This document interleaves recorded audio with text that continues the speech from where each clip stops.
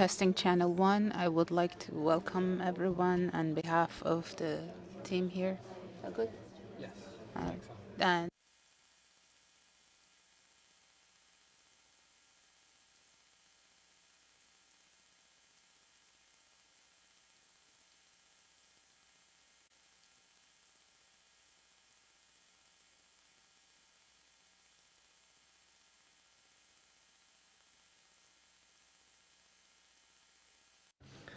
The quick brown fox jumped over the lazy dog.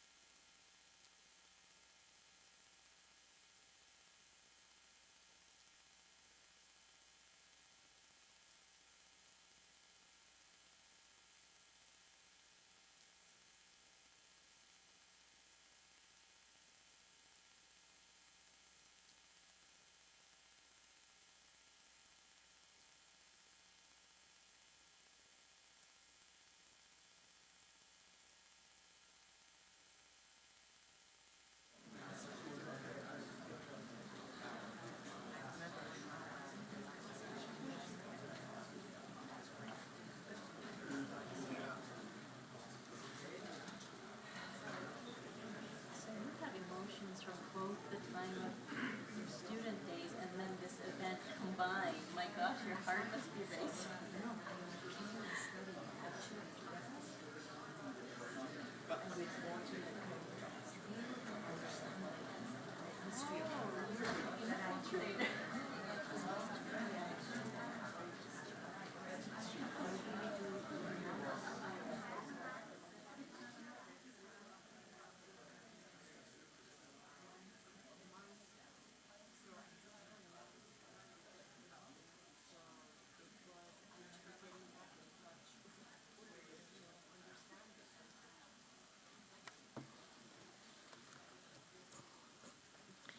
Good afternoon and welcome.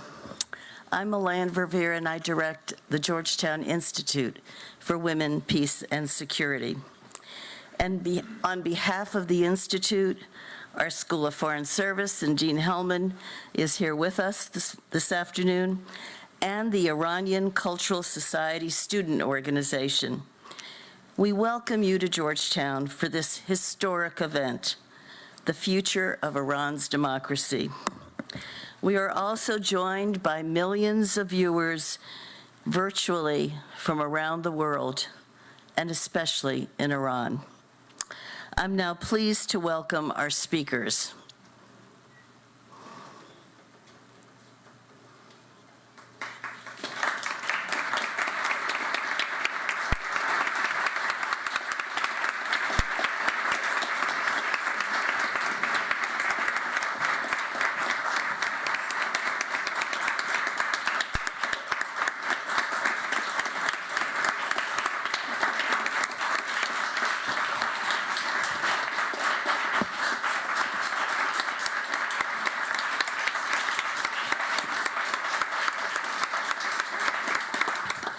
On September the 16th, a young Iranian Kurdish woman, Masajina Amini, died after being held by the brutal morality police for allegedly wearing her hijab improperly. Her death sparked a protest movement across Iran. Many young women were on the front lines of the peaceful protests, and they were quickly joined by students and university communities, and by women and men across the country, people of all ages, from all walks of life. They have all joined together for an end to the repressive regime and its dictatorial rule. They have joined together for democracy, and they have been willing to risk their lives for a cause bigger than themselves. Many of the protesters have been assaulted, imprisoned, and killed. The Islamic Republic has made every effort to try to silence the brave women of Iran. Their voices, however, have been and continue to be vital. They are catalysts for change. In fact, women in Iran have been on the front lines of change for decades, but this time is different, and their demand for woman, life, and freedom cannot be extinguished. It has challenged the foundation of the regime. This transformative moment brings us together as we are gathered with the Iranian democracy movement's foremost diaspora leaders, the first time since the protests began. Over several years, our Georgetown Institute for Women, Peace and Security has held a series of events on campus, in London, and virtually, focused on Iran and the courageous women who continue to struggle for freedom. And we continue to stand in solidarity with them. I would like to thank Nazanin Ansari and Sherzad Samsur de Boissesson for their partnership in our Institute's Iran program. With global women leaders, we joined the call for an end to Iran's membership on the UN Commission on the Status of Women. And in December, Iran was removed on a vote of the UN Economic and Social Council. Georgetown students in solidarity with Iranian university students, led a vigil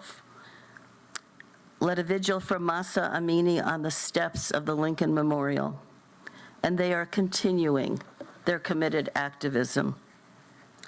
The president of this university shared his support for members of the Iranian and Iranian-American communities. As a global institution committed to the common good, he said, our university stands in support of those around the world fighting for justice, peace, and equity. The circumstances in Iran call us to solidarity with those seeking basic rights and freedoms. We condemn acts of violence and efforts which seek to suppress the voices of those fighting for women's rights and freedom of expression. And so today, we join with all gathered here and those gathered virtually around the world. And we stand together with the brave protesters in Iran for democratic change in Iran. Their cause is our cause. A note to our audience. There is simultaneous translation available in English and Persian on your headset. Select Channel 1 to hear the remarks in English, Channel 2 to hear the remarks in Persian. And please leave your headsets on your chairs at the end of the program. This program is being live streamed to our Institute's Facebook page and broadcasted via BBC Persian, Iran International, Kayhan London, Manoto, and VOA Persian. I am now pleased to turn the microphone over to Karim Sajapur, a senior fellow at the Carnegie Endowment for International Peace and an adjunct professor here at Georgetown. Karim.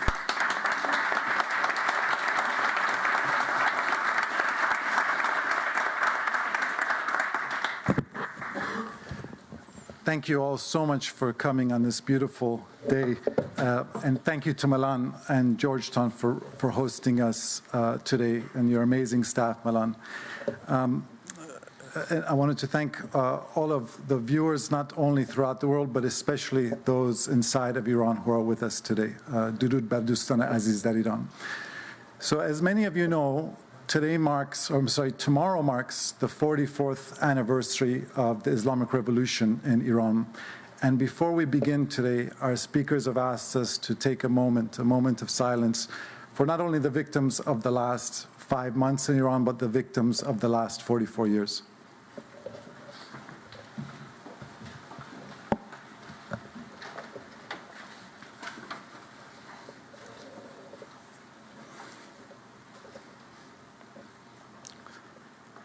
Thank you.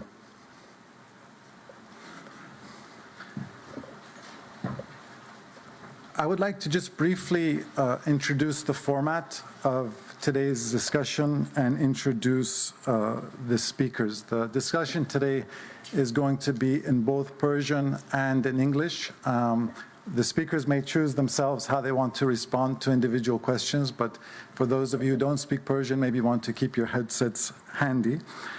We're going to first start with videos from our colleagues who weren't able to join us in person, and I will introduce the speakers in order, giving the video addresses, and then I will just introduce the speakers on stage and we'll get started. So our first video address will be from Dr. Shirin Ebadi, the Nobel Peace Laureate. The second video address will be from Abdullah Motadi, who is the Secretary General of the Komele Party of Iranian Kurdistan. And our third speaker will be the renowned Iranian actress and human rights activist Golshifteh Farahani, who will be speaking on behalf of both herself and Ali Karimi, the former captain of the Iranian national soccer team. We're then going to move to our speakers who we're fortunate to have here with us in person, and I'll introduce them briefly in order because I think we're very well known to all of you. We're going to start with Masih Ali Nejad, who is a force of nature for everyone who knows her, journalist, human rights, women's rights activist. She's likely going to be followed by Prince Reza Pahlavi, known to some of you as Crown Prince Reza Pahlavi, known to many of his friends as just RP. And whatever title you want to use, he's okay with it. He has been doing this longer than anyone as an advocate of secular democracy in Iran for the last 4 decades. Hamid Ismailion is known to all of you. He is president of the Association of the Families of the Victims of PS Flight 752. Hamid is also a novelist and a dentist. And last but not least, Nazanin Bonyadi, a renowned actress and most articulate advocate for human rights and democracy in Iran. So we will start with the videos, and then we will move to our addresses in person. Thank you so much.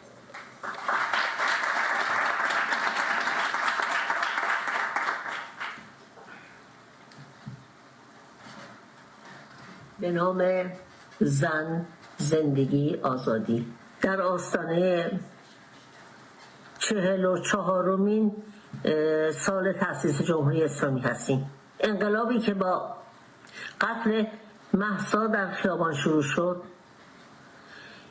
مانند قطاری است که به راه افتاده. این قطار سر ایستادن نداره و ایستگاه آخرش سقوط رژیمه. مردم روز به روز خشمگین ترن. اگر این حکومت بی‌لیاقت ستمکار 43 ساله که بر ما ستم میکنه، به خاطر این است که ما همه یک دست نبودیم و همچنین ترسی که به دل مردم انداختن اگر این حکومت برود چه میشود. و سوال من این است اگر این حکومت بماند چه می شود؟ همه جور این حکومت رو دیدید. اصلاح طلبش، اصولگرا، رأی دادیم، رأی ندادیم، قهر کردیم، آشتی کردیم. کدام سال بهتر از سال قبل بود؟ عمر ما، جوانی مردم تلف شد. بنابراین الان وقت این است که بگوییم دیکتاتور به پایان سلام کن. الان وقت این نیست که بخوایم بجنگیم، به روی همچنگ بیندازیم جمهوری بهتری و سلطنت. شعار انقلاب چی بود؟ فراموش نکنیم. زن، زندگی، آزادی. ایران کشوری است که تنوع و تکثر قومی، ملی، فرهنگی، زبانی، مذهبی داره. بنابراین حفظ یک پارچگی سرزمین ایران با قبول و احترام به تنوع و تکثر مذهبی، فرهنگی، قومی خواست همه ماست. عبور از این رژیم جز با اتحاد و همدلی امکان پذیر نیست. اختلاف ها رو بذاریم پای صندوق رای. الان فقط یک چیز مهمه: چگونه از شر این رژیم خونخوار و جنایتکار خلاص بشیم. و میدانم که موفق خواهیم شد. این خواسته همه ماست. دست در دست هم به سوی آینده بهتر می رویم. برقرار باد اتحاد مردم ایران. پاینده ایران. به نام زن، زندگی، آزادی. روزی که ژینا را کشتند، کردستان مرعوب نشد، سکوت نکرد، بلکه به اعتراض به پا خاست. حجاب اجباری را آتش زد، خیابانها را به تسخیر خود درآورد و با این کار الهام بخش انقلاب برای آزادی در سراسر ایران شد. برای دهه‌ها جمهوری اسلامی روایت دروغینی از مردم کردستان ساخته و پرداخته بود و با زدن انواع انگها جوانان بیگناه ما رو اعدام میکرد. اما فقط طی چند هفته در انقلاب زن زندگی آزادی قلعه دروغ رژیم فرو ریخت و کردستان نماد همبستگی و عامل وحدت بخش تمام ایران و چشم و چراغ همگان شد. ما برای اینکه سرزمینمان را از چنگ جمهوری اسلامی در بیاوریم، از زاهدان تا کردستان تا تهران و دیگر شهرهای زخمی ایران باید همبسته و متحد بمانیم. همه ما خواهان برابری، رفع تبعیضها و عدم تکرار هر نوع ستمی در فردای ایران هستیم و با پذیرش تنوع و تکثر و احترام به هویت‌های گوناگون در ایران دموکراتیک فردا امروز در کنار هم می‌ایستیم. تنها دشمن مشترک ما و نیرویی که کمر به نابودی همه ما بسته جمهوری اسلامی است.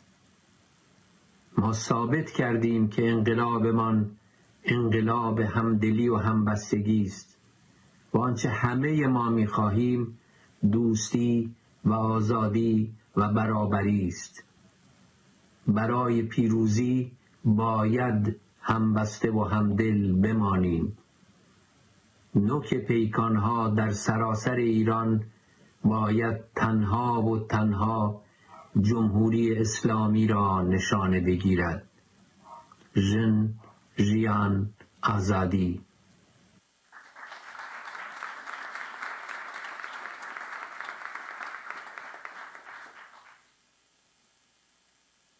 سلام، من این ویدیو رو میگیرم از طرف خودم و علی کریمی. شما ما 2 نفر رو سالهاست که میشناسین. جایگاهی که امروز من و علی داریم در واقع به خاطر لطف بی‌دریغ و بی انتهای تمام شما عزیزانه. ما سیاستمدار نیستیم ولی امروز صدای شما رو با تمام قدرتمون فریاد میزنیم، انعکاس میدیم، تنها صدای شما رو. نه سهمی از این انقلاب میخوایم و نه جایگاهی. سهم و جایگاه امروز از آن مردم ایرانه، از آن مردمی که 44 سال گروگان گرفته شدن در این حکومت. ما تنها انعکاس صدای شما هستیم. امروز فصل مشترک و هدف تمام گروه‌ها با هر عقیده و مرامی سرنگونی و گذار از جمهوری اسلامیه. هر فرد گروهی اگر عقیده یا طرحی برای گذار کم هزینه از نشر جمهوری اسلامی داره میتونه مطرح کنه.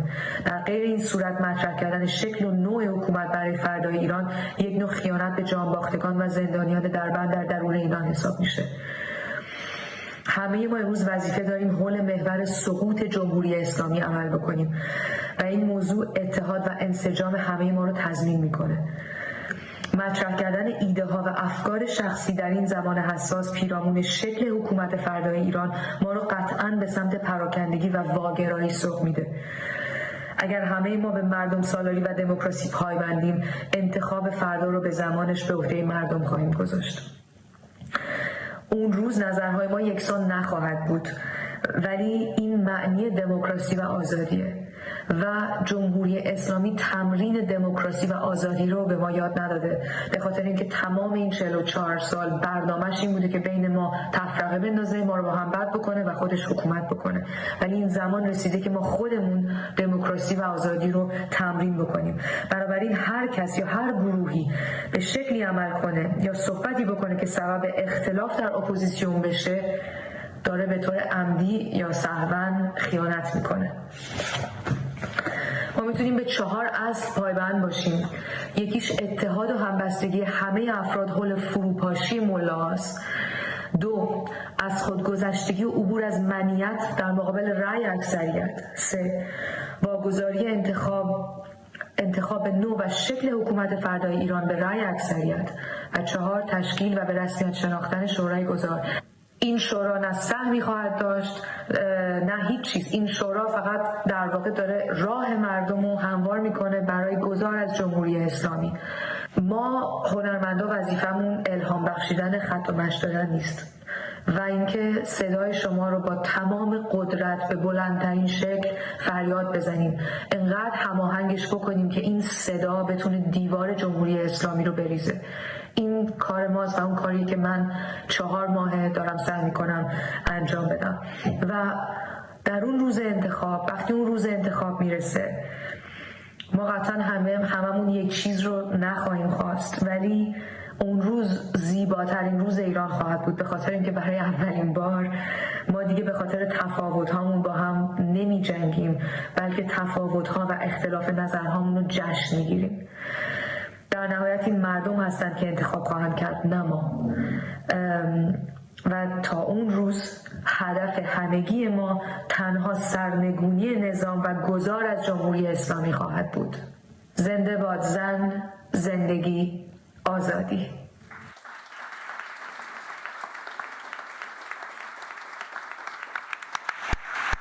زن، زندگی، آزادی. Woman, life, freedom. In the name of woman, life, freedom. اینجا که در ویدیو نتونستن All these people that you see here and the voices you heard, we've had meetings for togetherness and creating a charter in the name of unity for freedom of Iran. And soon this charter will be given to you. This time, this is the text that we have written, and I will be reading this for you. I am a little bit stressed for the first time, and I confess.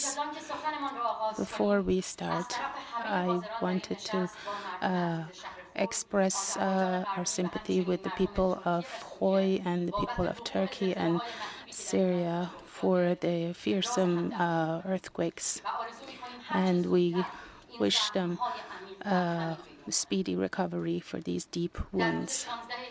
On the 16th of September last year, the 25th of Shahrivar, the Iranian calendar, a 22-year-old girl named Mahsa Jina Amini, who had traveled to Tehran from Saqqez just because of her improper hijab. The regime in Iran murdered her. And we remember her funeral, that a magical hand wrote on her tombstone, Jina, her name will become the code for our revolution. And that became so. Name of Jina became the code for a huge revolution, the revolution of woman, life, freedom.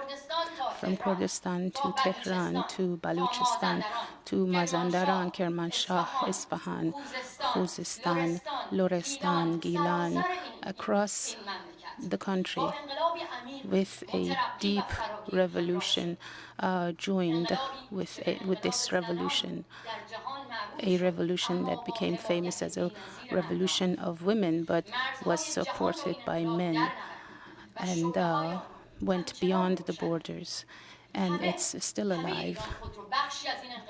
The entire country of Iran considers itself the part of this revolution.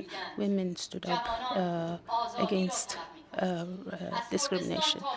Men from Kurdistan to Baluchistan, from Khuzestan to Azerbaijan and Baluchistan, everyone wants their rights. Laborers, teachers, and pensioners are speaking about their violated rights. Low-income families speak about social freedom, and religious minorities and atheists are seeking truth, and they are seeking their rights. Sexual minorities and gender minorities, and speak about oppression.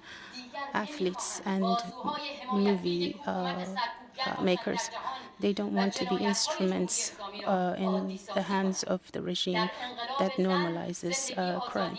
In the revolution of woman, life, freedom, diversity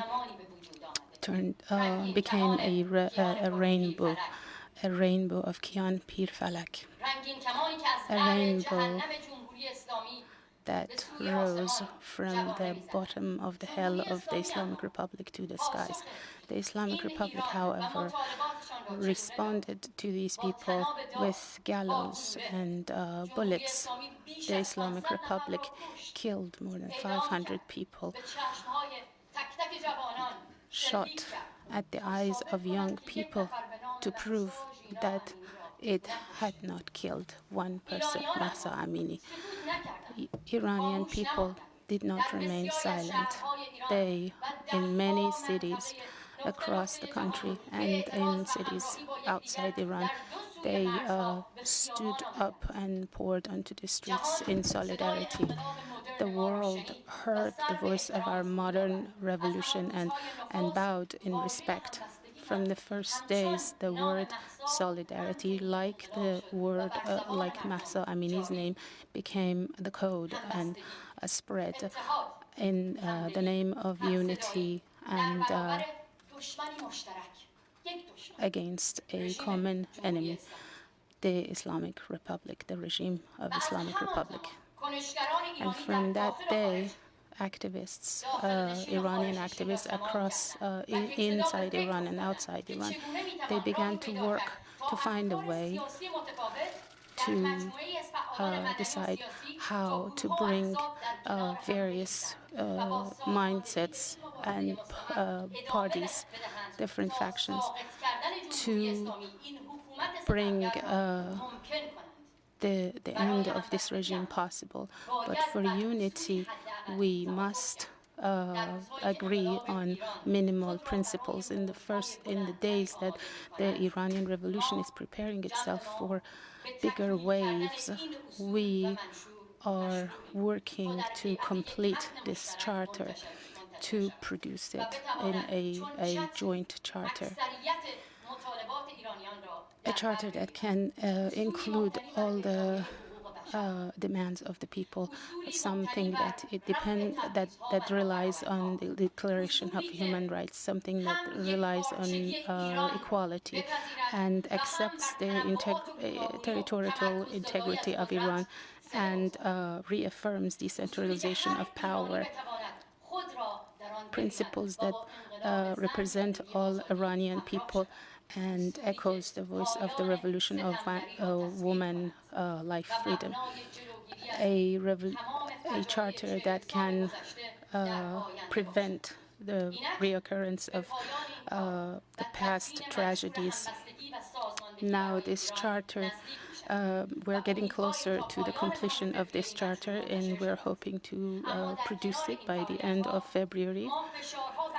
And alongside this, we think the efforts of foreign governments to isolate this regime.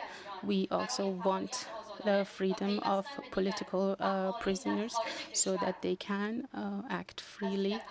These are our main objectives. We all know that the fall of the Islamic regime is not only going to free an old civilization into a free nation, but will also bring peace and security to the region. And countries like Iraq, Syria, and Venezuela, and even in the heart of Europe, and even in Europe, Europe will be clear, will be obvious. The world must prepare itself for a day without the Islamic Republic. We are here to speak about that day, to say that the people of Iran are seeking a freedom and democracy. They want a government that sends the message of peace instead of terror. We are here to tell that the country of Iran will be a safer place for Iran, for women who will no longer suffer from discrimination. In the name of woman, life, freedom.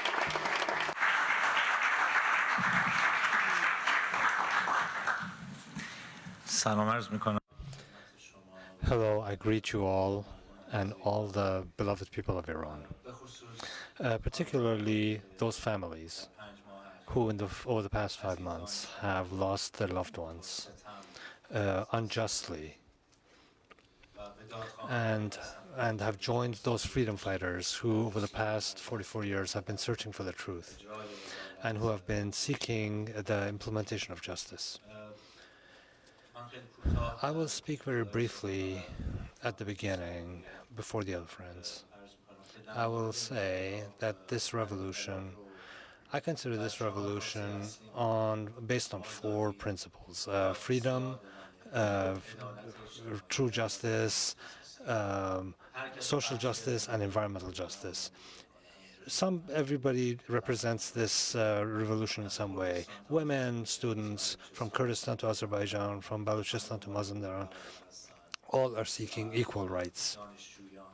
Students, sexual minorities, laborers, teachers, artists, writers, sportsmen, all are part of this revolution. And of course, those seeking justice. Those justice seekers who want, after the Islamic Republic, to create commissions of inquiry so that all the crimes of the Islamic Republic, going back to Cinema Rex, to the murders of the 1980s and 80s, until the Green Movement, the student movements, and after that, December of 2017-18, and then the Ukrainian flight, those who've been tortured and murdered. It is expected that the truth will come to light for all Iranians, and all the wounds of our land will be healed. I will end my talk now, and I will ask Ms. Bonyadi to proceed.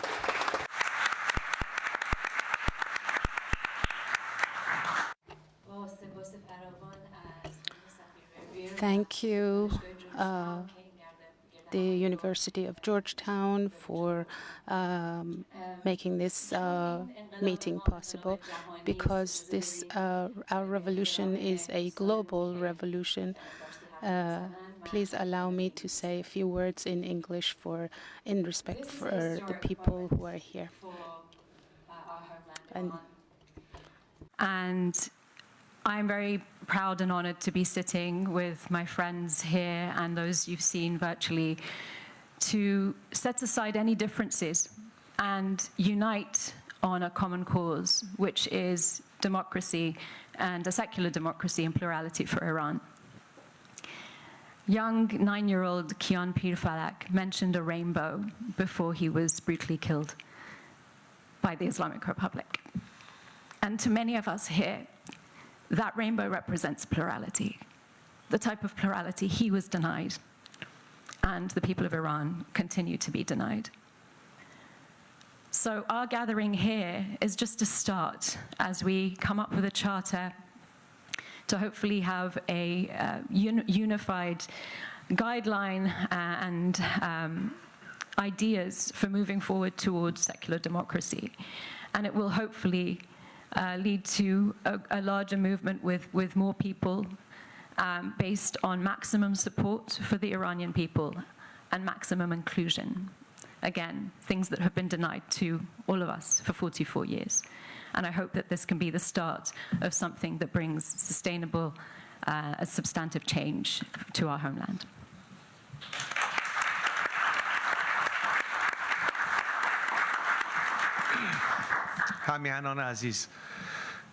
My fellow countrymen, in these 42 years of fighting for the freedom of our country, I just want to say one thing today. I hope that all of you will think about this and the experiences of the past 42 years. This is not just limited to Iran. It is also seen in other countries. Basically, I see 2 classes or categories of people in the world. The first are those who still hold on to hatreds and are part of the problem and resist. They resist any kind of collaboration, and I have nothing to do with that first group. The second group are all of those who want to be a part of the solution, who want to work together, who know that in many areas they may have differences of opinion. And this difference of opinion does not mean enmity. If the basis of our work is based on those who want to work for a better future, for a common purpose, a common destiny, the time has come now to consider our priorities, to put aside our differences, and to think about the basis of our goal, which is freedom and pride and the governance of our people. We must work towards it in the hope that that day, the day when our country will be free, every citizen in Iran, whatever their intellectual or religious or ethnic background may be, they should know that they will be equal before the law and they will be able to live in perfect freedom and work towards constructing Iran, that they will all stand together. This is our message to our fellow countrymen and to the world. The time has come to put aside slogans, to roll up our sleeves, and to begin our work. Thank you.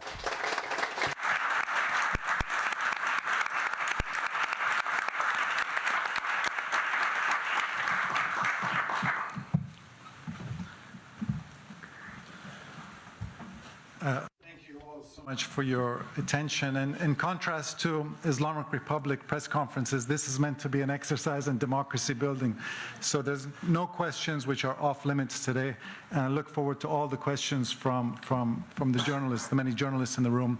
And I'll start briefly with a question for all of you, and you can feel free to answer in Persian or in English, whatever you're most comfortable with. But let me start with Ahmed John on the outside, which is there's a lot of Western officials in particular who are skeptical that this revolution is still alive. How do you respond to them?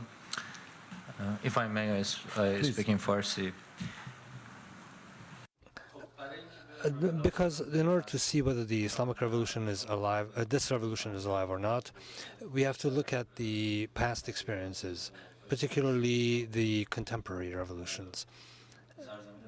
Our land has experienced at least one revolution in the past 50 years, and all of us know that revolutions have ups and downs. It doesn't always move. It not happen in 2 months or 2 days or one night. Sometimes revolutions can collapse, can fall, but then it returns with higher waves. There is a certain place where the change becomes inevitable, and that is there is no turning back towards the past. I see this change in December of 2017 when protests passed beyond the borders of the Islamic Republic and was no longer within the framework of the government. And there was talk of transitioning from the Islamic Republic. The Islamic Republic thought that by killing people it could stop this movement. It's the only weapon they have. They respond to everything with weapons. And in November of 2019, they tried to suppress the demand for justice and the quest for freedom. And they shut down the internet, and they killed 1,500 people. They slaughtered them in Iran, from the marshes to the streets, the different provinces, different cities. There were protests, and they dealt with them unmercifully. The people were no longer afraid, however, and if the people were going to be afraid, in the past 4 or 5 months, we would not have seen people on the streets. We would not have seen the students in the streets. We would not have seen the women at the forefront. The fear is gone. The feeling that we will not return to the past exists in all of us. I think it would be very simple to think that this revolution, that the people have now passed beyond this revolution. No, the people are very angry, and they're waiting for the next wave. And the next wave will come, and it will be heavier. And the activity that we're doing these days, maybe there will be calmer days, but that's because people are planning and organizing for the next waves. I think that on 16th of September, when this happened, The opponents of the Islamic Republic were not prepared. But we can use this opportunity to organize, to plan, so that when the next wave of the revolution comes, the intervals become smaller, all of us will be ready. We will all be ready to transition away from the Islamic Republic. Thank you. Masi. How are you coordinating with forces inside the country for the strength of this movement? به انگلیسی به فارسی میتونی پاسخ بدین. I would like to say one thing first, and that is this revolution is not dead, but the regime has fallen. It is dead in the hearts of the people.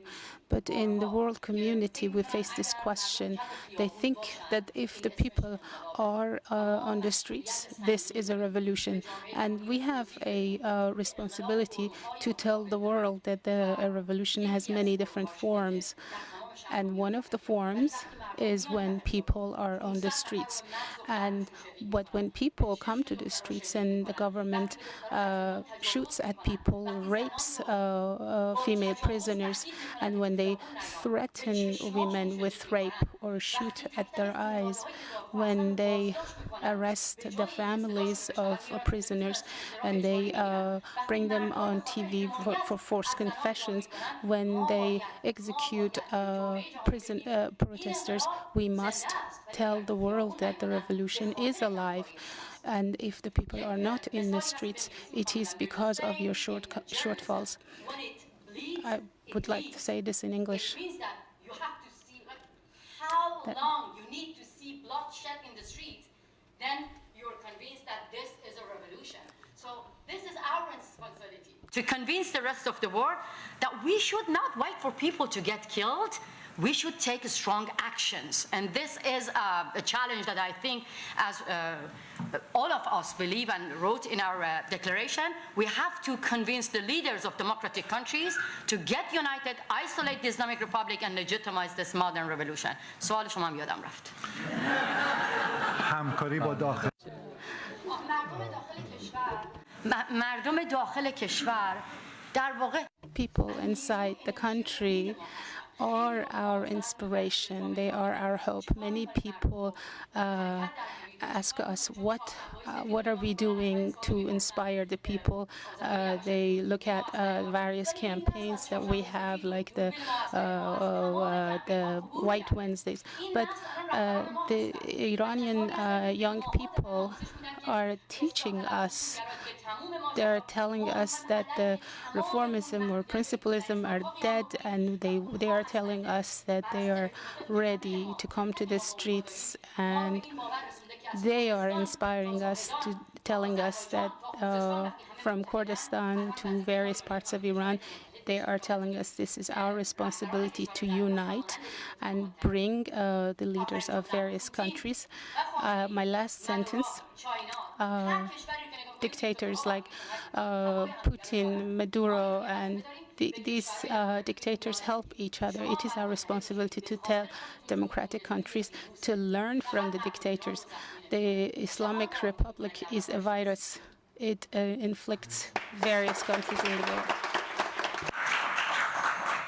Arpijan, you have more experience than anyone here in that you've been advocating for secular democracy for 4 decades now. And I wanted to ask you a two-part question. The first is, what is perhaps the most important lesson you've learned over the last 4 decades? And what are the next steps of these groups of individuals, the next steps you plan to take in your advocacy? Thank you. Well, I'll try to be brief because we could speak for hours about the subject. The most important thing that I have learned is, and we see models of success in all democratic countries, that for democracy to prevail and survive in the long term, it is not sufficient to simply have institutions and structures. That's the obvious. What's important is to establish a new culture of diversity and tolerance. That doesn't come overnight. I have no worries that Iranians will find a path to self-determination and democracy and pluralism. I'm not sure if the culture is quite there yet. The day that we succeed to finally establish that culture of accepting diversity and tolerance, that's where democracy in Iran would be forever lasting. And in that we need help. We need help of civil society, we need help of university centers. It's an educational process. Media has an extremely important role to play in all this. And I think that when I traveled around the world and I've seen for societies where its citizens have an opportunity to fully participate in the affairs of their government, they cannot simply rely on those in charge. It is their civil responsibility to watch for their rights, because it's never handed to them automatically. That is part of that culture I'm talking about. And I'm not using this as a slogan. I really believe in people's power, and we've seen that around the world. And in that sense, and going back to the question you asked, Hamed, when some people are suggesting that a movement is slowing down, maybe it's the end of it, it really is offensive. Imagine if somebody has said, Martin Luther King was assassinated, so the civil rights movement is dead. Was it? No. Not only didn't die, it succeeded. Because when people are inspired in a just cause, nothing can stop that. And for us, our survival, our future, and every opportunity that will come depends on, first and foremost, relying on ourselves. And my message to the world has always been throughout the years, we don't expect anything from you in the sense of not relying on our own device. However, if you side with us, if you're on the right side of history, you will bring down the cost that we have to pay for our freedom by standing with us, as opposed to yet again throwing us under the bus. That's our message to the world, and why world solidarity is important, because not only it's a win-win scenario, they will benefit from it too. And I'll get to that later. I will stop on these general points. Well, thank you.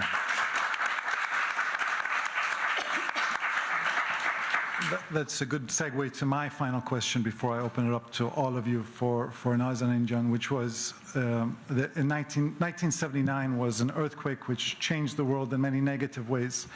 And the success of this movement, how could it be an earthquake that changes the world in potentially very positive ways? And what are your expectations collectively from Western governments to help your cause?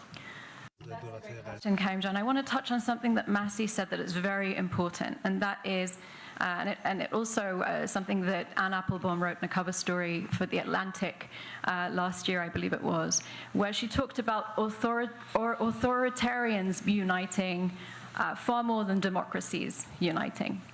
So my hope is that we can create forge a transatlantic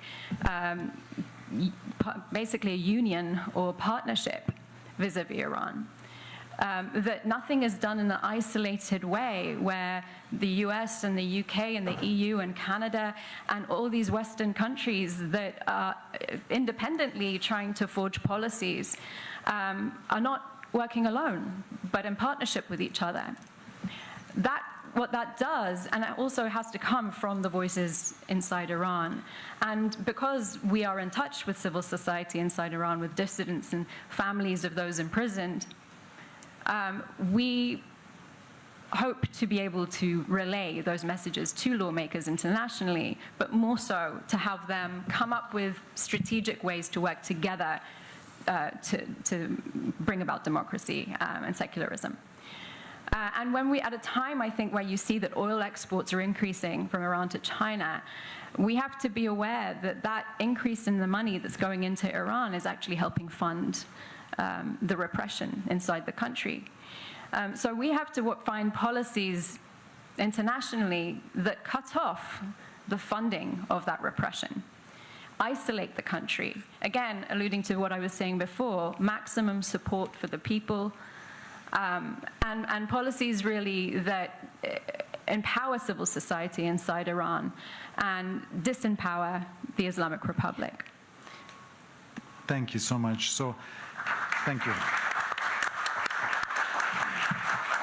Our first question goes to Samira Qarayev from Iran International. If you can be as concise as possible in your questions. I know some of you, but if not, please introduce yourselves and we can get through as many questions as possible. Thank you, please. My question is to you all. There is a controversial issue we keep hearing about, and that is the support from the opposition from the people of Iran. What kind of role is this support going to take? Is this going to guide the people or just support them? This charter that you're talking about, are you officially taking the leadership role, or are we supposed to wait for calls for more serious acts like even strikes? And more and more, we are seeing that foreign governments are supporting you, especially Ms. Ali Nejad and Mr. Pahlavi. You have been invited to the Munich Security Council conference. Are you planning to continue these activities, or are you expecting more support? And what do you think is the effect of this support from you on the revolution of Iranian people? You asked 3 questions. I'm going to start from the last.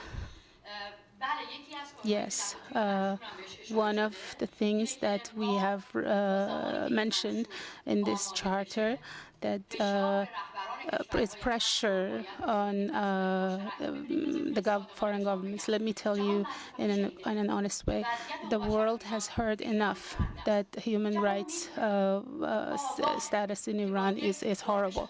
The world knows that it is facing ISIS in the Islamic Republic.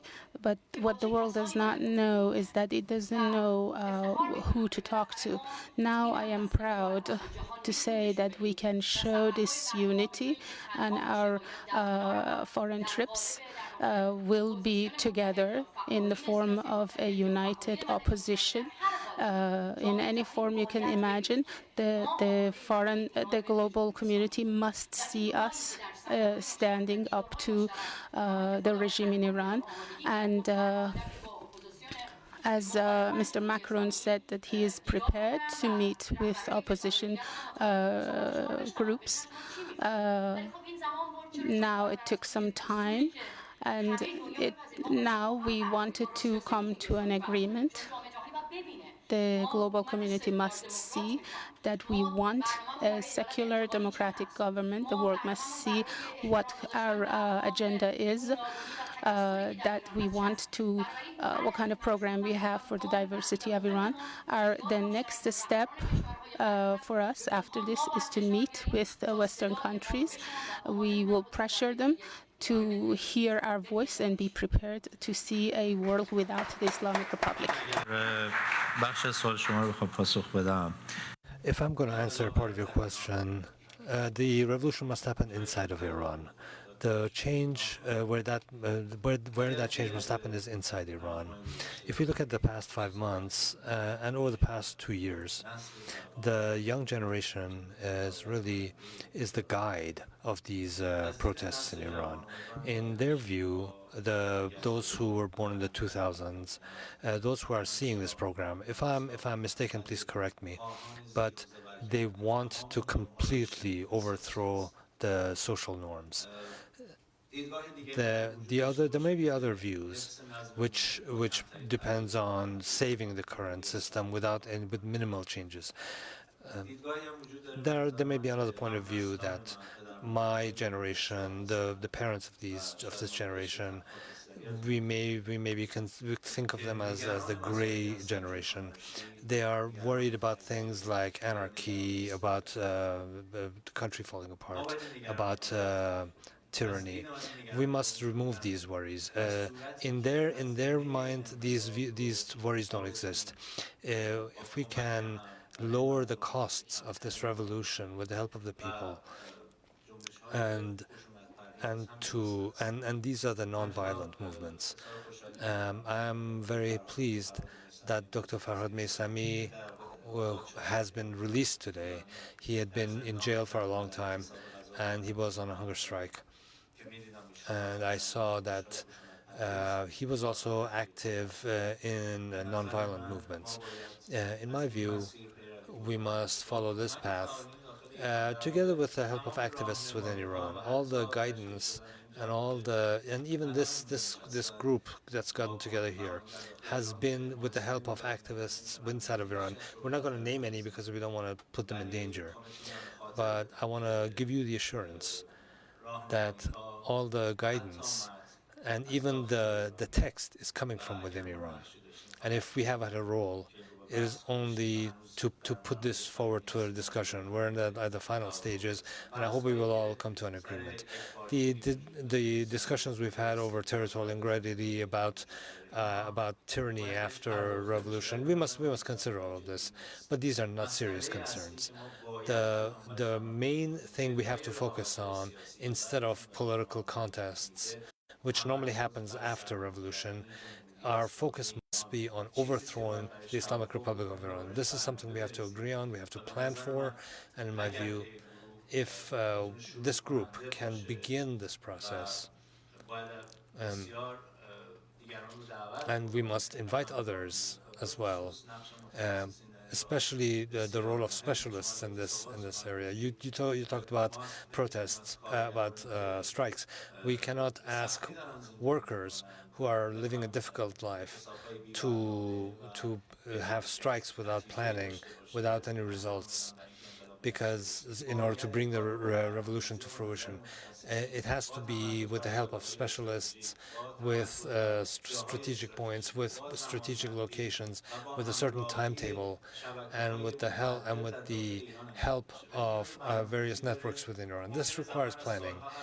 I'm not talking about years, but at least weeks and months. And now all of the specialists who are I hope that we can create platforms and invite such specialists so that we can focus on such views.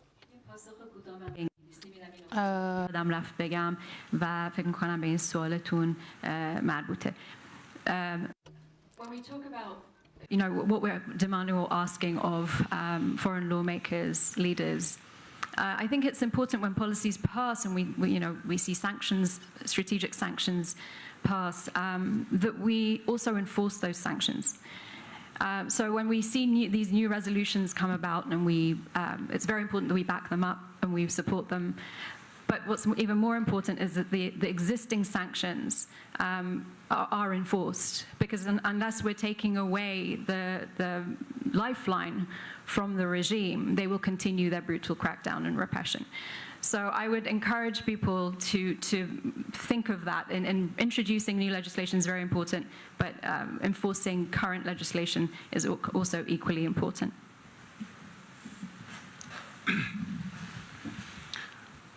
When we have such a huge task ahead of us, clearly distribution of responsibility and roles are also very important. And one thing that the world needs to understand is that we have quite many specialists, experts, planners in the field of law, in the field of economy, in the field of environmental issues, and so many more, that can not only lay the path towards a transition to the future, but also a roadmap to recovery of the country at the end of the day. برمیگردم به فارسی. تقسیم کار خیلی مهم. بزرگترین کمکی It is really important to distribute the responsibilities.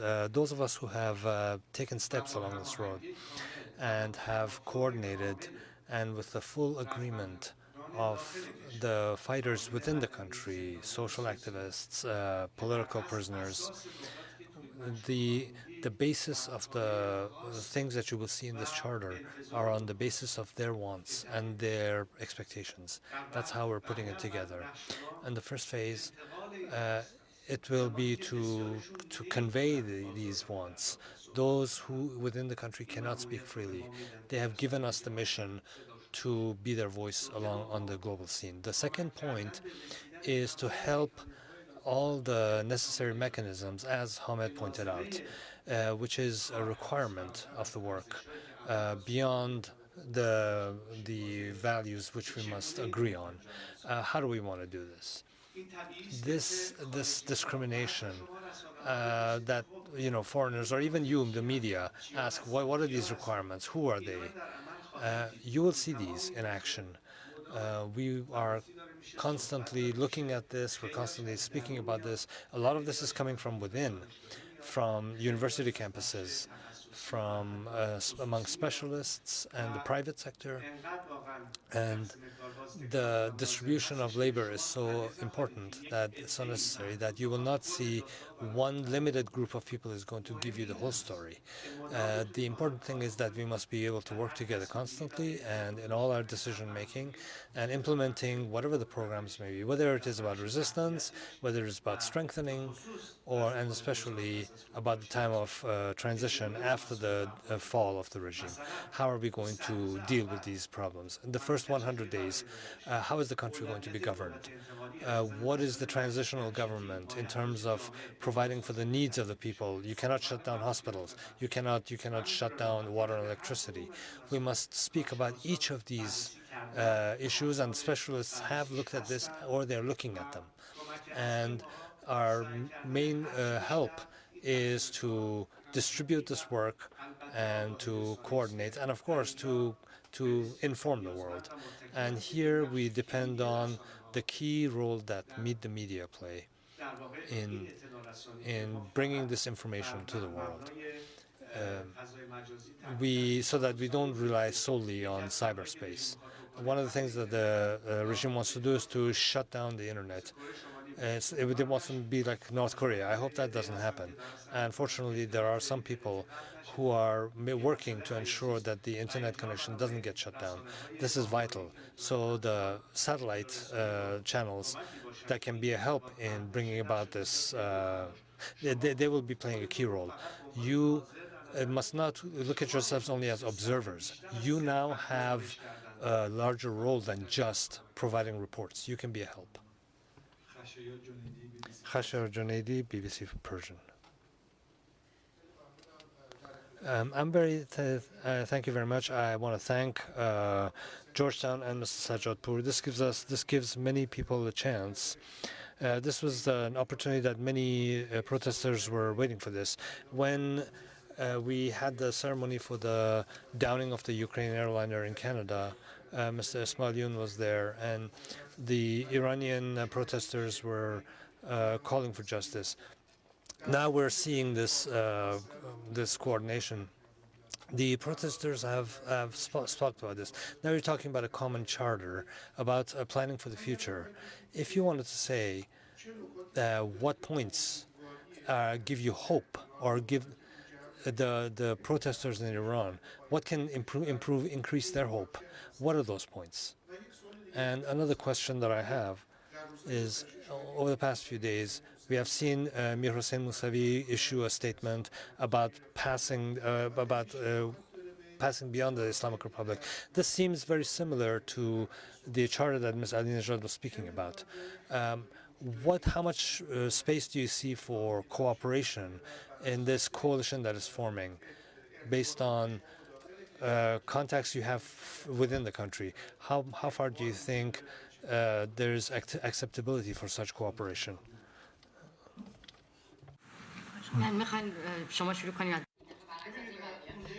به انگلیسی البته نازنین داشت میگفت. Of course, the part where Nazanin was speaking on the international scene, there are two key factors: the maximum pressure on the regime and maximum support from the people of Iran. But among ourselves, the Iranians, what we're talking about is maximum participation. Why is this important? Because the more we can cause defections from this regime,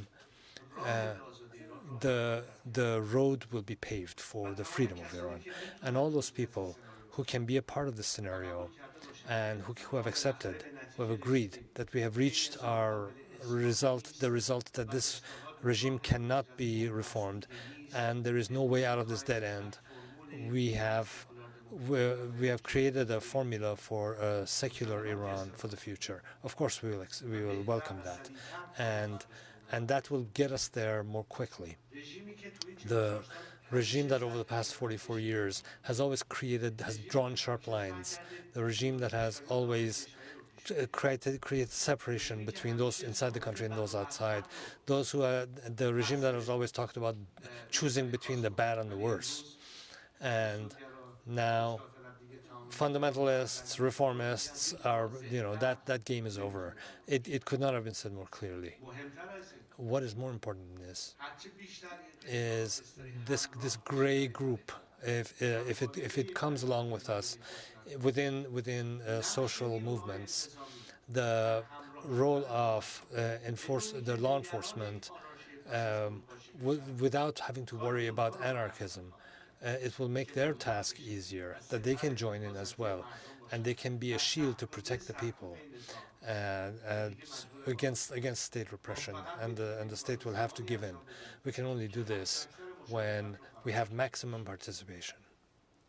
I just want to make a quick comment in English, and that is that the regime has stayed in power for 44 years because of the divisions it has created between us. If there was one driving force or motivating force for us to unite, it's to debunk this idea that we are so divided that we can't work together towards democracy. Because that's what the regime will have you believe, that we are so fragmented that we can't even go to foreign leaders and ask for a single thing that is achievable. And so while we've been meeting with lawmakers independently, the idea is that we can come together and have a plan in place. And that plan includes everybody who wants democracy, a secular democracy and pluralism for Iran. And I want to add something to what you asked about the leadership. I've been repeating that for years and years in my meeting with the leaders of democratic countries, that the true leaders who can run the country better than these backward mullahs are those who are in prison, like, Majid Tawakkoli, like Hossein Ronaqi, like Nasrin Sotoudeh, Narges Mohammadi, many of them, like all the, Ismail Bakhshi, Abdi. I have a long list here from different cities. But what we have to show the leaders of democratic countries, that you cannot go and negotiate with them, but we are here to echo their voice. We are here to leading what they cannot lead inside Iran because they go easily to jail. من چرا دارم به شما به انگلیسی جواب میدم. همه حرفم اینه که واقعا I don't have your courage to say that I support Mir Hossein Mousavi's statement, because many people will protest because this man was, he must be prosecuted for the crimes that took place during his government, but he must be prosecuted for those crimes. But the truth is that, yes, I can truly say that only revolutions have succeeded when there have been defections among their elite or the people within the regime, the IRGC, for example, or the army. And good, I'm glad that you mentioned that Mr. Mousavi has also said it. I want to say something that my mother said. This tree of dictatorship, although we are striking against it, but it is also falling apart from within. The worst thing is that the people who were part of this regime are now making it fall. And it's so good that many people said it from the past. I have voted for this government because I was under this illusion that I could vote and access freedom. But I have come to this understanding that we must support these statements, but there should be truth-seeking committees about those crimes. I will speak very briefly. Yes, we must welcome these forces who have gone from reformism to overthrow. All of us must reform our ways. Secularism is very important, and I hope in the future we will see that all of these things that we see, all these aspects we see in the Iranian Revolution, will show up in the future messages from him, Mir Hossein Mousavi. As far as giving hope to the people of Iran, you know that after 44 years, the Islamic Republic has left a scorched earth. The environment in Iran is destroyed. Thousands of people have died. And in my view, the IRGC is one of the main causes for this. We must try, whatever in our efforts that we make, we must put this institution, this criminal institution, in the list of terrorist groups. There are a lot of activities going on. On 20th February, I believe there will be demonstrations in Brussels, which can help to perpetuate this issue. As far as dissolving the IRGC, I hope there's been a lot of talk. I hope we will discuss it in our charter as well, that an institution, that a criminal institution that has been the weapon, a tool of repression for ethnic groups, for minorities, for all the people who have been after freedom. This should be in the charter, but we should also have a mechanism to bring it about. There's a lot of talk about it. I want to point out that along the borders, they are shooting at porters. Even though they themselves are peers in the country and they're engaged in smuggling, you know, there's corruption in the IRGC. But we hear that people, those who have not committed crimes, should turn back towards the people. Without a mechanism, this is not possible.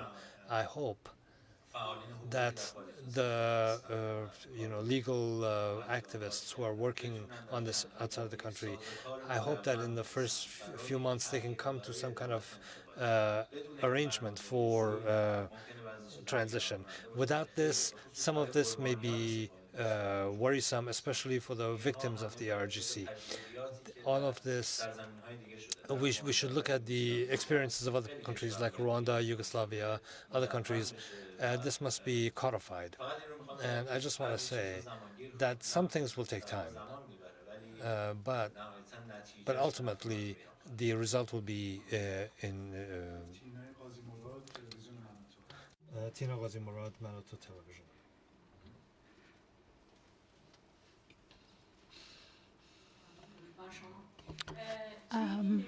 In this meeting, you have talked about unity, but in this meeting, there are no representatives from religious minorities or other minorities.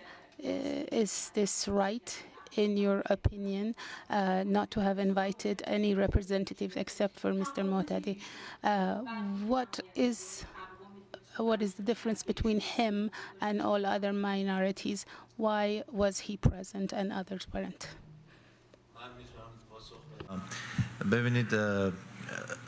I can answer this. As far as pluralism and diversity, we're not eliminating anybody. It is to bring people along. These are the first steps. I believe you must wait. We will try. We will try to talk to everybody, to all the groups, to all the points of view. And this is part of our agenda. The revolution it's round-the-clock work. And many have been doing this for several years, and some have only joined it the past few months. We must spend a lot of time talking to people, and we must begin somewhere.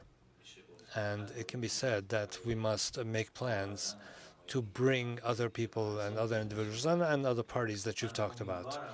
I hope that in the days and months future, the social institutions in Iran will gain power. We want to empower them, and this requires organization. The revolution requires organization. We must have these things so that other institutions can take shape in the future months, and no one is talking about closed doors. Let me say one thing. See, this revolution started from Kurdistan. I'm glad you asked this important question, and that other minorities should have been invited. And this is our responsibility. And I am glad that your outlet is asking a question about the empty place of these minorities. Let me tell you something. When we started this Freedom Congress with Mr. Garry Kasparov, and who are, among other leaders, opposition leaders, they have been saying that as they say, they have divided opposition. It's true that dictators do the same thing. It's like they follow each other and they create divisions amongst us. So therefore, what we did there for that Congress, we were just a few people, but when it takes shape and it was organized, myself and Mr. Kasparov and someone else from Zimbabwe and Ukraine, see what happened now. We have networks, as Mr. Ismailian and others said. This is the beginning of our unity, like that global Congress. We want to bring on board and invite various networks and groups, and thank you for your good question, for encouraging this. I just wanted to say something really quickly. What gives me hope in the past few weeks, we have been in touch with each other. These divisions that you see on social media and in media, no, these do not exist amongst us. This gives me power, this gives me hope that these walls that the Islamic Republic has created, these are only they do not exist. The more we can encourage this mentality, that this is truly the mentality of dictators, that they have created divisions amongst us. And I hope that as time passes, this dissolves. Of course, I see it a little bit differently. Not that I have a difference of opinion, but I believe the basis of your question is not correct, because the basis is not an invitation, it's participation. We have to be proactive, not reactive. This is a free bus. You don't have to buy a ticket. But as for when I'm going to get on the bus or solve my problems, it depends on you. There is no need for invitation. Anytime people want to, they can join. The door is open, and for anyone.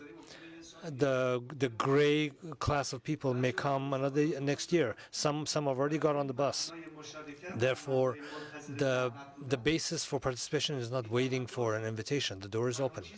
The only thing is what we're saying is the basis for participation is accepting participation. Without that, we cannot work.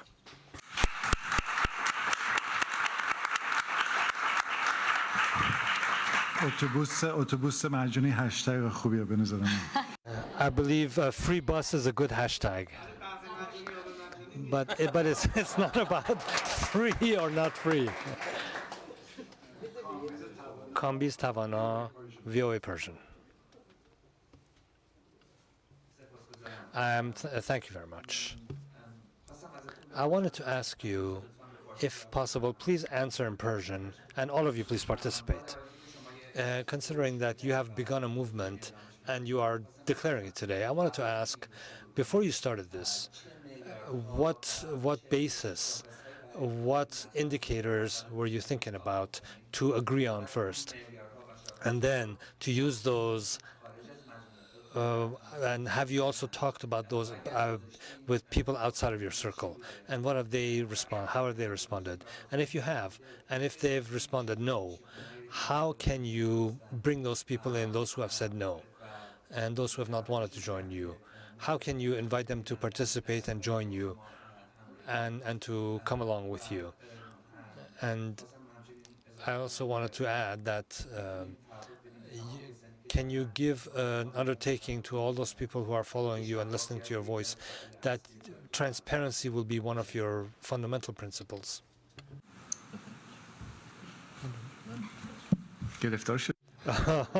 I'm in trouble.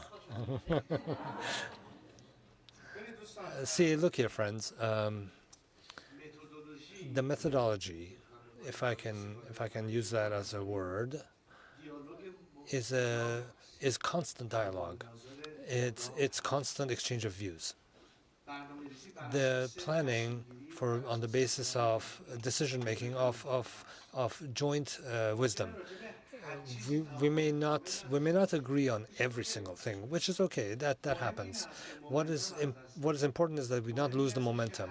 What is important that the people on this bus grow in number. The time depends on themselves. We have nothing to hide. From the very beginning, we are saying what the principles are.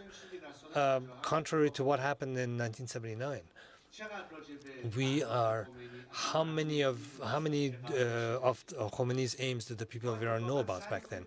In fact, we are trying as far as possible to describe the alternatives, to define the differences between what we want and what exists, considering that we have differences of opinion and of taste. The future of Iran, as Golshifteh said in her message, then we may not agree on everything, but the biggest day in Iran will be the day when we will all be able to enjoy our democratic rights in Iran. But currently, in the situation where we are, the discussion is not over what's going to happen tomorrow, because the democratic process, a constitutional assembly, creation of parties, to be ready after the final choice of the people of Iran for the form of their government, the choice of a parliament, of parties. But today, we are not competing with each other. We're not trying to seize control of leadership of this movement. We're representing a big force to oppose the Islamic Republic. We have all reached the conclusion that so long as this regime is in power, we will not reach that shore of salvation. We have to transition beyond this. There are only two conditions. Either we will have great international support and more cooperation from political forces within and outside the country and all the social forces and this gray group of people that I've been talking about, and so that Khamenei and his people will no longer have a basis to continue. They will be forced to leave power, or that there will be so much pressure on them from within that the system will be paralyzed. That's when we talk about strikes, labor strikes, as a nonviolent method. Now, none of us has a crystal ball that we can foresee the future, but we can look at different scenarios, see which one can be least costly for Iran, but it will be based on realities. So let me say it briefly. At this point in the work, all our force, all our pressure will be to bring pressure on the Islamic Republic. And all the forces that participate will be a part of the solution as well. The priority is always important, and in this phase of the battle, our priority is to to accept that there will be differences of opinion, but the only decision-making body and the only body where the elected representatives of the people can make decisions is the parliament. And we are saying that where we talk about concentration or decentralization, wherever wherever there is no complete agreement, we hand it over to the parliament to decide. We're not coming here to settle the policies. We're not going to make decisions for society beforehand. If you believe in these principles, let the process get to that point. Until we get there, we have to create the basis for it, and we know that the Islamic Republic will not hold a referendum. It will never give people the right to hold a free election. And free elections have a definition. An interparliamentary commission has described this. It's a global thing, and these conditions must exist in Iran, and that is what we're moving towards. But now our condition is to concentrate on overthrow, and not just our countrymen, but the global community. You must know that there are the freedom-loving people of Iran who are looking at the free world, who are looking at the democratic world. They are your best partners. But you still insist on negotiating with people who are the first cause for the imprisonment of our countrymen. And I want to tell you that if you insist on negotiating with this regime, that is actually intervention in the internal affairs of the country. And if you continue in this policy, that you insist on negotiating with this regime, with people who are criminals, you will be partners in crime. And the people of Iran will not forget this. Make your decision. Where will you stand? Where will you stand as far as history goes? These are our points of concentration. We're not focusing on differences of opinion. Yeah, for sure, we're going to have those differences of opinion. We're not all going to be thinking the same.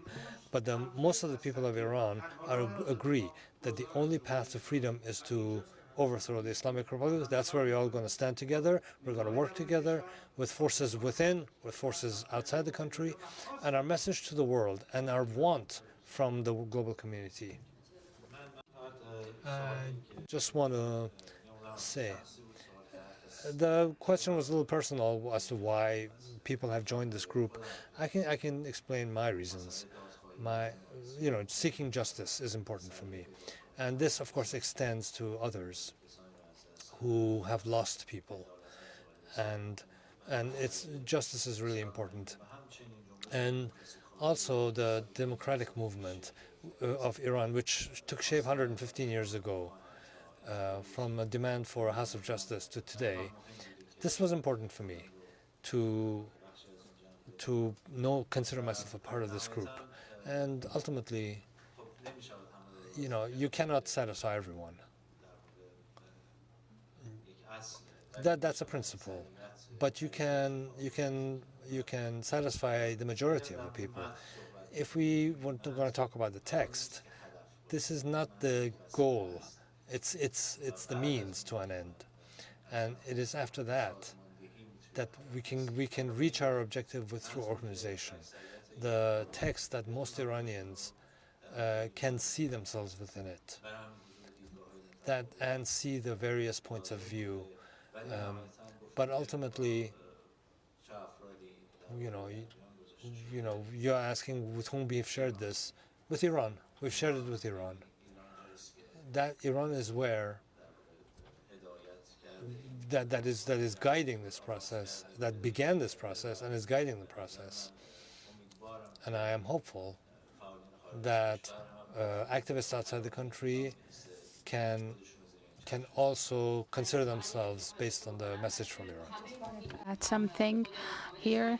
We all know, everyone here, that many people outside Iran have written many charters like this, and they have sent their charters to us. For us, we know there may be mistakes in these charters. We have agreed to focus on each and every one of them, coming from the people who have paid the price, the people who are the true inspiration of this revolution. We have thought of asking legal experts. We have spent hours and hours in consultation. Let me tell you something. The divisions that the Islamic Republic is talking about, these do not exist amongst us. I promise you that noble people really want this charter. We are working very hard to not see those divisions. We only have one common enemy, and that is the Islamic regime. This is the Islamic regime has managed to create, turn us into wandering islands. But what we want, young people in Iran, to hold our hands. We are not political figures. There are many great people inside Iran. We have come together only because a number of people inside Iran.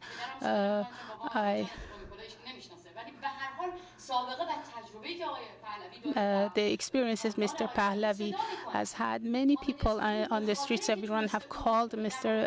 Pahlavi's family, and same justice seeking that Mr. Ismailion has managed to bring people to the streets, and Kurdistan as well. They have influential parties. We cannot repeat the same bad things being said about certain parties in Kurdistan. I'm wearing this rainbow badge because this represents the LGBT community and represents Kian Pir Falak. This is representing the diversity in Iran. I extend my hand of friendship and unity to all media outlets, that you are not just media. You see, when George Floyd was killed, media outlets took side. They did not remain silent. The side of truth is Iran, is our Iran. What did the people of Iran say? No, the people of Iran did not say that if Mr. Pahlavi is here, there will be dictatorship. The people of Iran shouted from across regions. They only shouted against the Islamic Republic. We should not be afraid of repeating each other's names. Put aside your differences. People, whoever follows each and every one of us, let's hug each other. And I have learned so much from these people that in order to get past the Islamic Republic, we should not be afraid. We should hug each other, hold each other's hands, and get past the Islamic Republic. What can I say after her? Very briefly, I should say why I joined this group, because I wanted to join this rainbow of diversity of Kian Pir Falak. The voice of the people of Iran was important for me. Many of our objectives are not necessarily political. Look at Ali Dai, Volia Ghafouri, Maulavi Abdul Hamid, or Jafar Panahi and Mohammad Rasulov. There are various classes of society that want to be a part of this movement. An iron-fisted moderator, because we have 6 more questions in about 7 minutes. So what I'd like to do is actually allow those who've flown from far away we'll bunch some questions together, and then we can give them to the speakers as a final. Let me start with Nazanin Ansari.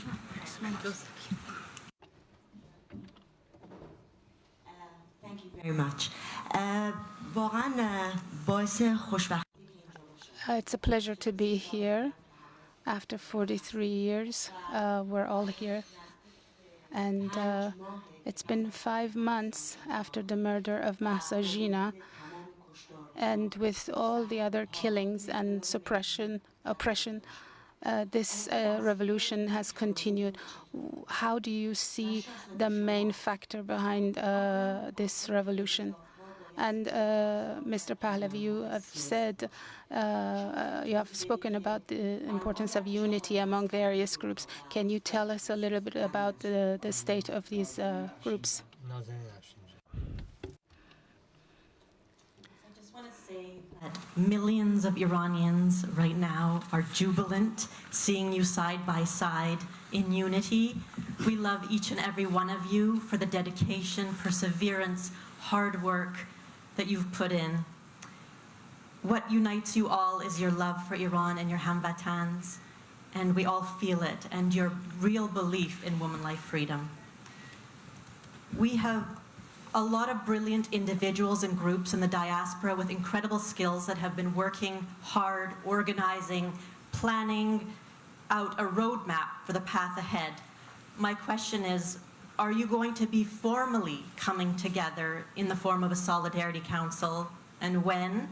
Do you already have the beginnings of a roadmap?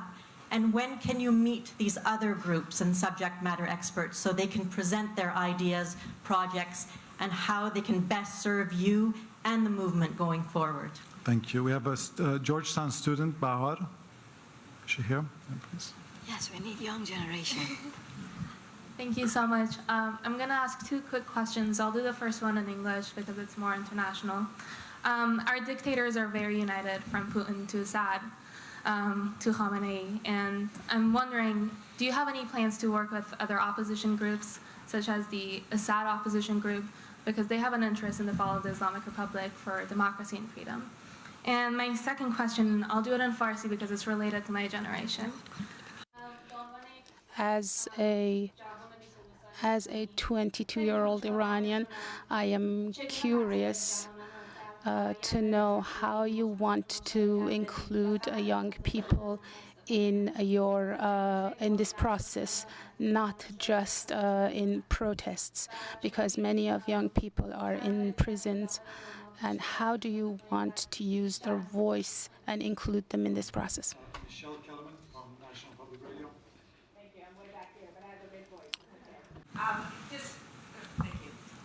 Since we're here in Washington, what realistically could the Biden administration do to support this? Nazanin, I know you were at the State Department a few months back. Have you seen any change or any good policies coming out of that meeting? And are you worried that the U.S. administration hasn't heard the united position from Iranian Americans on this subject? Thank you. And final question to Ladan Salami from Independent Persian. Is she here? Please.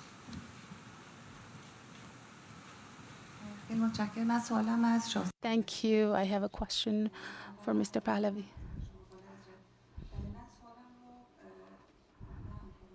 My question is about the worries of the people of Iran, that today many people with different attitudes, with different mentalities, have come together. This is good. The worry is that if this unity does not come to fruition, this will disappoint the people. What do you think can be done to reduce the worries and increase this unity? And another question is that, do you think we will see another meeting of this kind?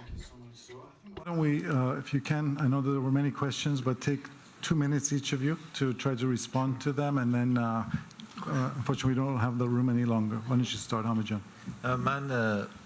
I guess if you allow me, I will answer Bahar's question. As far as other movements, we have the responsibility, all of us, those who are involved, to study the other movements and see what is going on, what has gone on in other movements, South Africa, Yugoslavia, Rwanda, Czech Republic, and other countries. We must not repeat the mistakes of the others. This is very important. there is a Syrian writer, you pointed to Syria. This is, while the Iranian Revolution is in process, a Syrian writer points out the mistakes that they themselves made and others. There was another portion of it that was published yesterday. I believe it's very educational for all of us because instead of he points to some place about the ups and downs of the revolutions that happen. Sometimes it's on a lower and sometimes it's not on the high.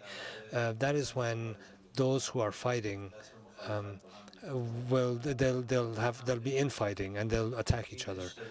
This is a mistake that we must not repeat. We must be careful that when there's a calm, we must not attack each other, and instead we must move towards solidarity. The other issue is life. The name of this revolution is Women, Life, Freedom, and many of the people have lost their dear loved ones.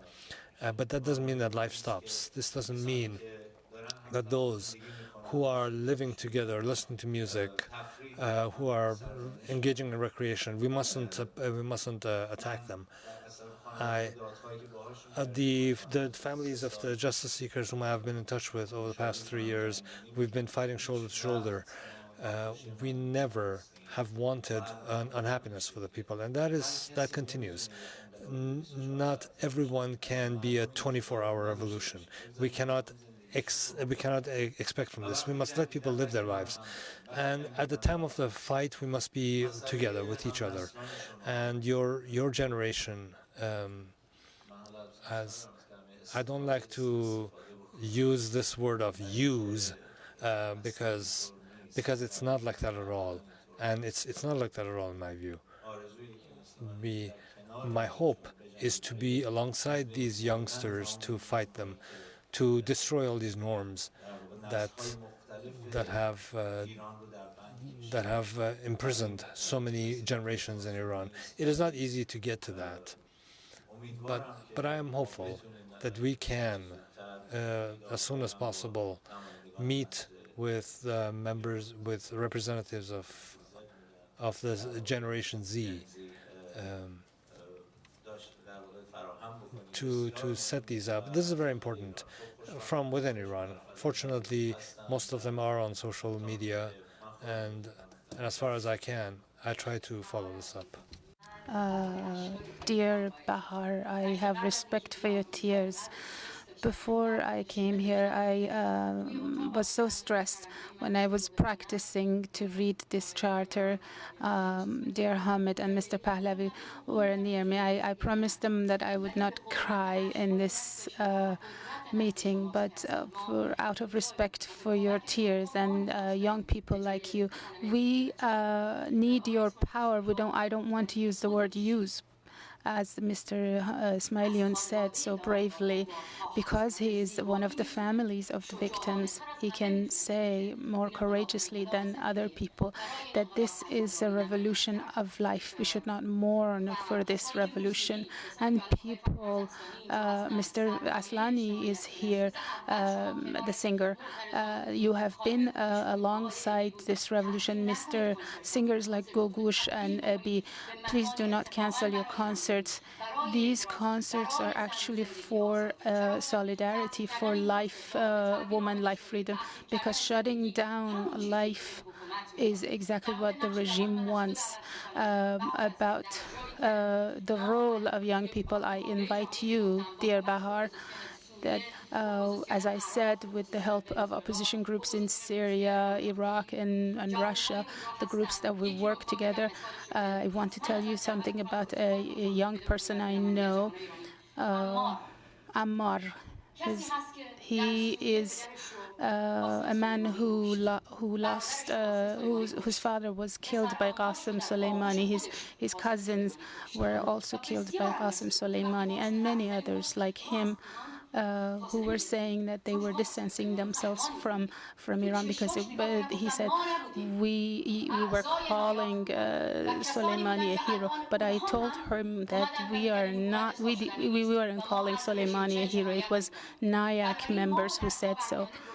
We have a common enemy in the region, and that is Khamenei and the Islamic Republic. We cannot leave this place today without naming Afghanistan and the brave women of Afghanistan, our brothers in Syria, in Iraq, all of these people who are wounded by the corrupt regime of Khamenei. These are the people we're extending our hands of friendship.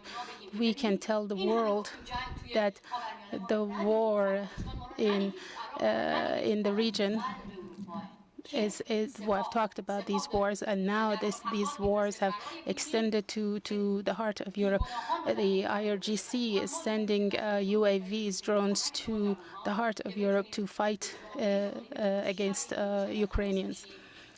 We are telling the world that if you do not unite against the Islamic Republic, you will have to face them in your countries. Thank you, Bahar, for being the voice of young people for Pejman Gholipur. To answer the question, of course, I think many of us would have liked to see President Biden make a mention of Iran in his State of the Union address. But I will say, since I first met with the administration months ago now with Vice President Kamala Harris, the Secretary of State, and the National Security Advisor, I've stayed in touch, and I think a number of really great things have come out of it. Of course, there was the co-convened Aria Formula UN Security Council Aria Formula meeting that they co-convened, that I was fortunate enough to be able to speak at with Shirin Ebadi, Nobel laureate Shirin Ebadi. But of course, after that, there are a number of things. There was a UN Human Rights Council session that led to the fact-finding mission. There was a huge group effort in the diaspora to remove the Islamic Republic from the UN Commission on the Status of Women, which was also championed by the Vice President. But of course, she heeded the calls from inside Iran, which is so important to us, because every message that we deliver the administration comes directly from Iran. This is not something that the Vice President simply said, okay, well, let's just kick out the Islamic Republic out of the UN Commission on the Status of Women. It was absolutely women's rights defenders in Iran whose calls were heeded. So I think those things are symbolic and very important, and I think more policy is coming out of Congress, which we can support, such as the MASA Act. And in my meetings with lawmakers, I have been encouraged that the tide is shifting away from support and normalization of the Islamic Republic. And hopefully what we'll see is a shift from the nuclear file to human rights, a human rights-focused policy on Iran.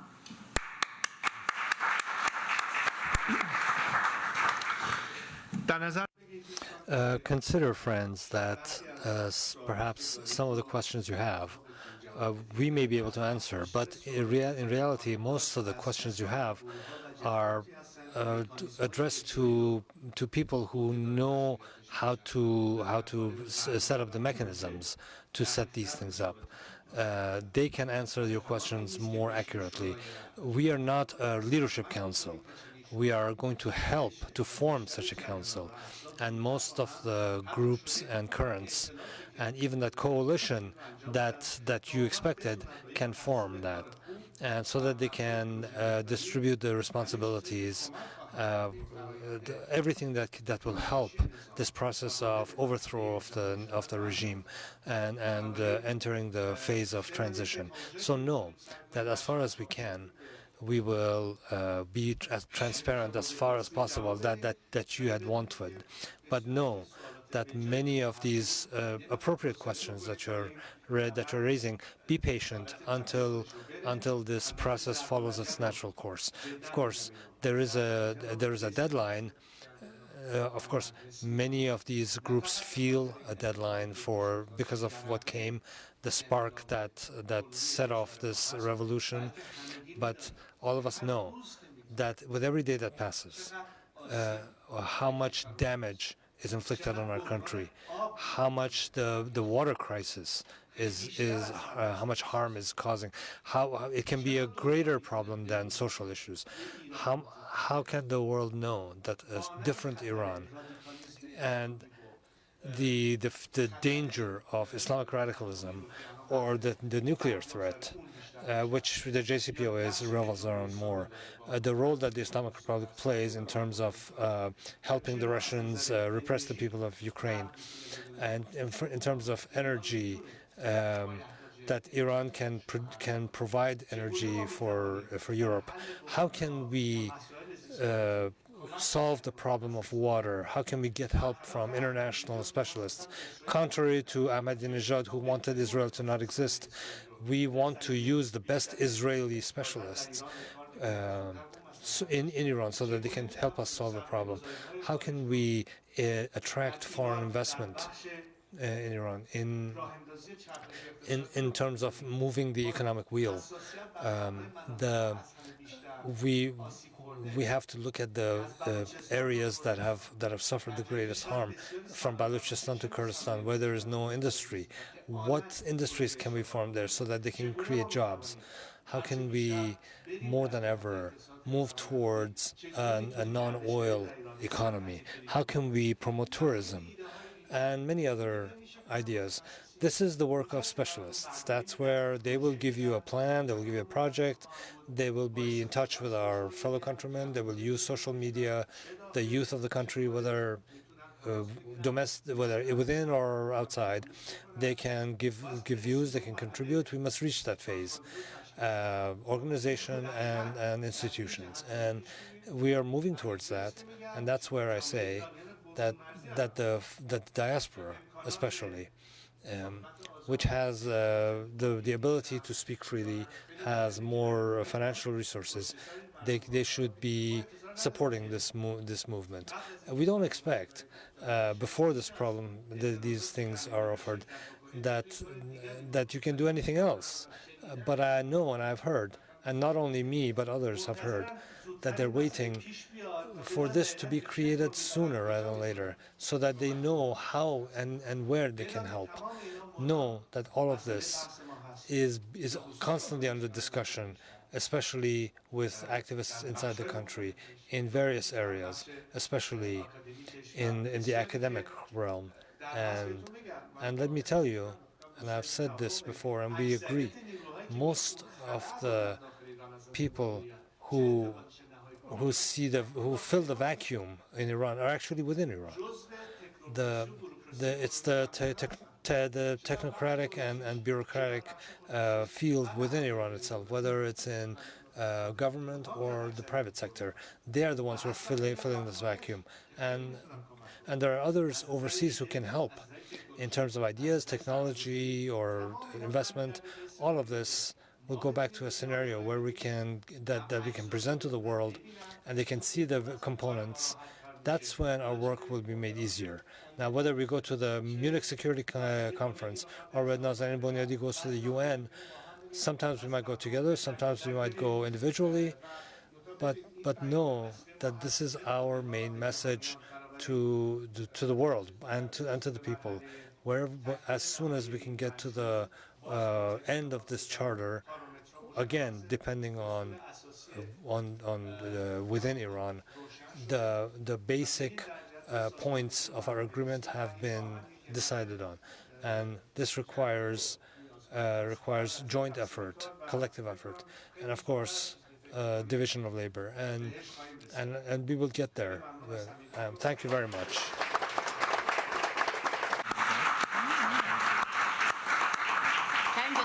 Please join me in thanking these extraordinary leaders, their passion, their commitment, and all that they represent.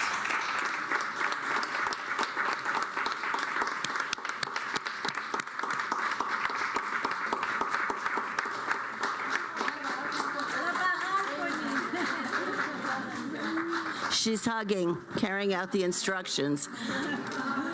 Our program is concluded, but our journey continues in all the ways you've heard discussed today, and in all the ways each of us will join that journey. It is my pleasure to invite all of you to stay for tea and for snacks. Continue the camaraderie. We're going to ask that you stay in your seats until our leaders can leave.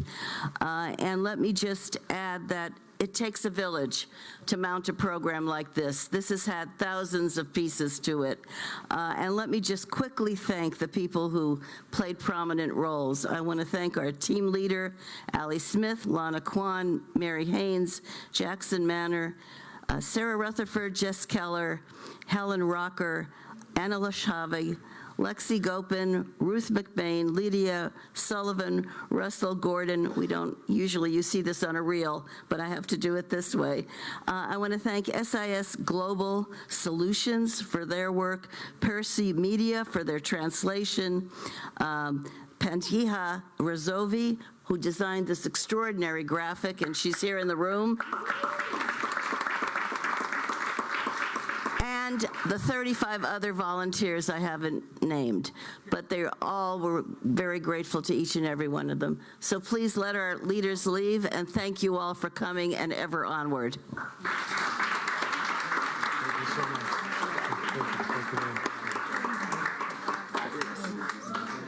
مرسی از همتون که اومدین. دمتون گرم. به جای پنجه بر صورت هم کشیدن، پنجه ها رو میکشیم به سمت دیکتاتور. دمتون گرم که اومدین. مرسی.